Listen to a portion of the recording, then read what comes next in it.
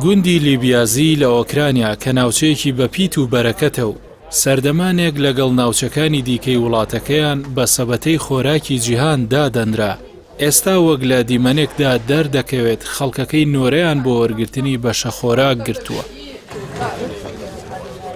سوپای رووسیا کە لە 24 شوباتدا سنووری ئۆکرانیای بەزاند بەڵام نەیتوانی بگاتە لیبیازی بەهۆی بەرگری سوپای ئۆکرانیا لەو ناوچەیە کە وەک ڕێڕەوێک بوو بۆ شاری خارکێف کە دووەم گەورە شاری ئەو وڵاتەیە.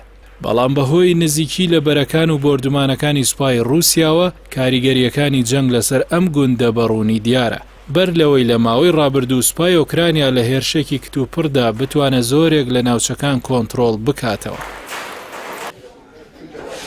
گالینا میخایلێڤنای تەمەن 75 ساڵ لە کاتێکدا لە بەردەم ناوەندێکی ڕۆشنبیری گوندەکەدا چاوەڕێی وەرگرتنی بەشە خۆراکی دەکرد سەبارەت بەو دۆخەوتی ڕۆژانێکی زۆر مەترسیدار و ترسناکمان بەڕێ کرد تەنانەت ناتوانم چۆن باسی بکەم.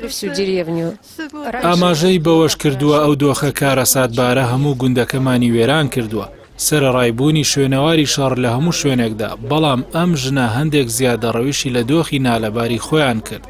چونکە زۆربەی ماڵەکان هێشتا بە پێوە مابوون وتیشی پێشتر زۆر نازدار بوو ئێستا وێران بووە. لیبیازی دەکەوێتە ڕێڕەوی بەنداوێکی گەورە کە لەسەر ڕووباری سیڤەرسکی دۆنێتس دروست کراوە و لەم هەفتەیەدا بەهۆی موشەکێکی رووسیەوە زیانی پێگەیشتووە کە بە پێی ئاماژەکان دەردەکەوێت مۆسکۆ بە مەبەست دەیەوێت ژێرخانی ئابووری مەدەنی بە ئامانج بگرێت. دەوروبەری ئەم گوندە کێڵگەی زۆر گەورەی گوڵەبەڕۆژە لە خۆ دەگرێت کە بوونەتە سەرچاوەیەکی جیهانی بۆ زەیتی چێژلێنان هەروەها ماڵەکانی گوندەکە خاوەنی بەرووبوومی ئاژەڵ و باڵندەن بە تایبەت بە خێوکردنی قاز.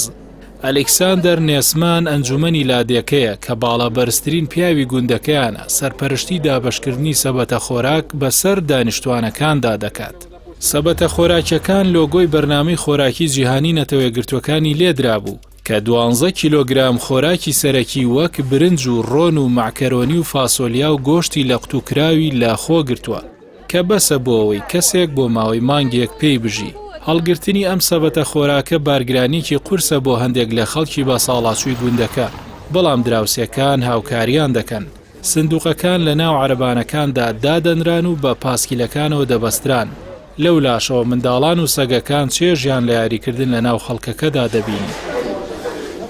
ئەم کۆبوونەوەیە جێگەی خۆشحاڵی خەڵکی گوند بوو دەرفەتێک بوو بۆ سڵاوکردنی دراوسەکان لە یەکتر کە ڕەنگە خەمڕەوێنێک بێت و بە مەبەستی لە بیرکردنی ناخۆشیەکان بۆ چەند کات ژمێرێک. لیۆبۆف پۆلوشکینی تەمەن 65 ساڵ دەڵێت بەڵێ 6 مانگە بەبێ کارەبا بەڕێ دەکەین 3 مانگیشە بێغازین بەڵام هەرچۆنێک بێت سەرکەوتوو دەبین.